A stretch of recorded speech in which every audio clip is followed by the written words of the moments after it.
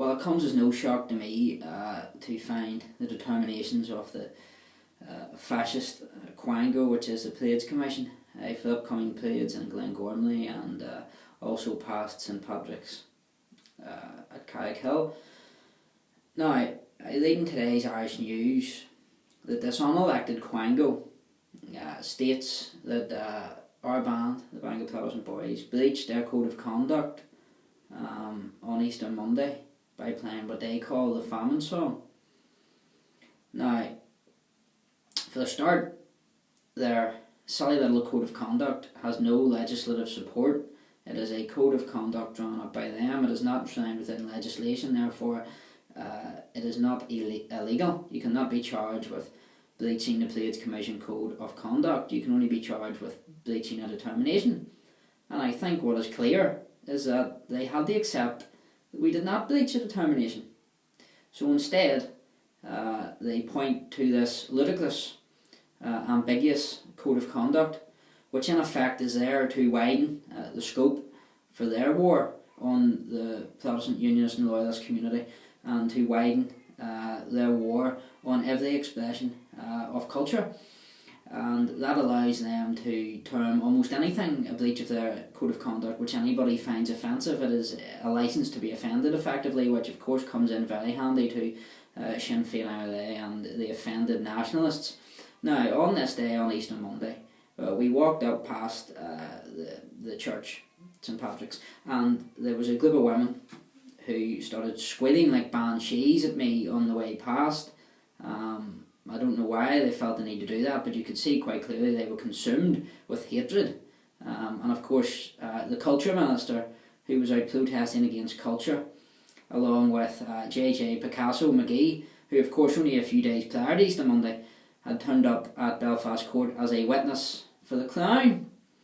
So I don't know how he feels about that, but there he was standing there. And Miss Cahulan, whatever she likes to be called, complained because the Plaid was an hour late coming back. Now, and she said this was a breach of determination. Now, I know that she doesn't have a great understanding of the law, but in the determination there was no time specified. So therefore, as long as the Plaid kept to the conditions within the laughable determination, it was not illegal. So it doesn't matter what time it come back at. There's nothing they can do about it. And if she's that worried about standing there for an hour, then why did they not just go home? You know, nobody asked them to stand there. They choose to stand there to be offended, to take offence. And of course, further on up the street, we then met with a protest, what would be termed the so-called dissidents. And it was at this stage that, of course, we have a couple of idiots and a couple of fishwives screaming that they would cut my throat and all these things they were going to do to me. Now, if this is the calibre of the so-called dissident movement, I don't think anybody will be losing any sleep, because what I seen was a bunch of toy soldiers and idiots standing there squealing like clowns on the way past. So I don't know what they're doing standing up there. It's a waste of their time, and I don't think anybody paid any heed to them. Probably like the dissidents as a whole. So the determination that's been issued now, which blames our band on playing the famine song within earshot of the chapel, even if we did play the famine song, and I do not accept that it is a famine song, but even if we did, the Plaids Commission have themselves accepted it is not a breach of the determination. So they just use this ambiguous code of conduct to allow them to widen their hand to attack our community. And that's what it is. And, you know, we're next. We now have Glengormley as well coming to a town near you soon. That's effectively what it is, because they will not stop until they have stopped every Plaid, they have stopped every Orange Lodge, every band. They will not stop, and people need to wake up and understand this and see this appeasing to them, pandering to them. It's nonsense. It's like feeding a crocodile hoping it's going to eat you last. It's an absolute nonsense. They are never going to stop. You cannot make deals and compromises with people like this, because there is no compromise. They just keep pushing and pushing and pushing and pushing and pushing. And before we know, it's going to be too late. Now, last Easter Sunday, we have this terrorist sympathiser, Dee Fennell, who of course I'm led to believe is not even actually in the dissident movement. He just waffles on their behalf. So this shows you the calibre of this man. And he stands up, bleaches the Terrorism Act, bleaches Section 46 of the Serious Organised Crime Act, and the police take no action. Now, contrast that with how the police have treated me, how the police have treated Willie Fraser, how the police have treated Ruth Patterson, to how they treat Dee Fennell.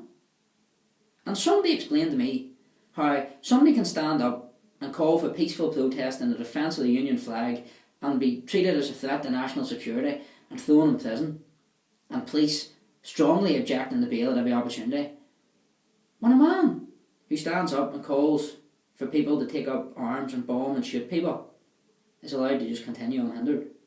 Now, in my mind, I've said for a long time, I believe it is a Republican cabal throughout the PSNI. And of course, this has been evidenced by we seen only a couple of weeks ago that a sergeant was suspended for passing information to the INLA. And I don't know why people are shocked. You know, this is the post-patent policing for you. So people shouldn't complain now, and those who agreed to the Belfast Agreement shouldn't be complaining about the PSNI, because it is they that has given us the PSNI. But if I was a dissident Republican in Ardoyne, I have to say I would be wondering why Dee Fennell seems to be immune, who can say what he wants, threaten what he wants, do what he wants, and the PSNI will never arrest him. Of course, they might raid his house for the optics, along with a few others, but they haven't arrested him. And I think if I was a dissident, especially I was a dissident sitting in McGabley prison, I might be thinking to myself, why is Dee Fennell allowed to continue unhindered? But I'm sure that's a matter for the dissidents that they should look into. And finally, I hate to mention him all the time, but Mr McGloy, the head of the PPS, now just when I thought things could not get any more laughable, we now have a dissident caught in an operation to plant a bomb, and the PPS dropped the charges connected to terrorism, connected to bombing, and they charge him with smuggling cigarettes. This man was involved in an operation to transport a bomb, and the PPS, under the leadership of the IRA's former solicitor of choice, decide, oh, he thought it was only cigarettes. Honestly, they'd be better just saying, listen, we don't really want to prosecute Republicans. They'd be better just saying that than actually pretending. What? A £300 fine for transporting a bomb? Contrast that with how I'm likely to be treated when I go up for sentencing on Tuesday, and you tell me that there's not a political cabal throughout the whole of policing and justice which is persecuting my community.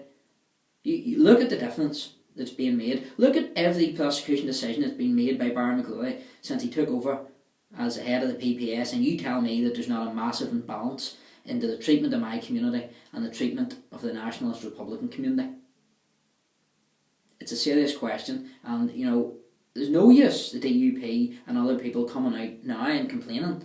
They only last year agreed to Barry McGloy being reappointed, because they agreed without any objection to John Larkin being appointed again as Attorney General, just slip it under the carpet, and then they've the cheek to say Barry McGloy is not fit for purpose.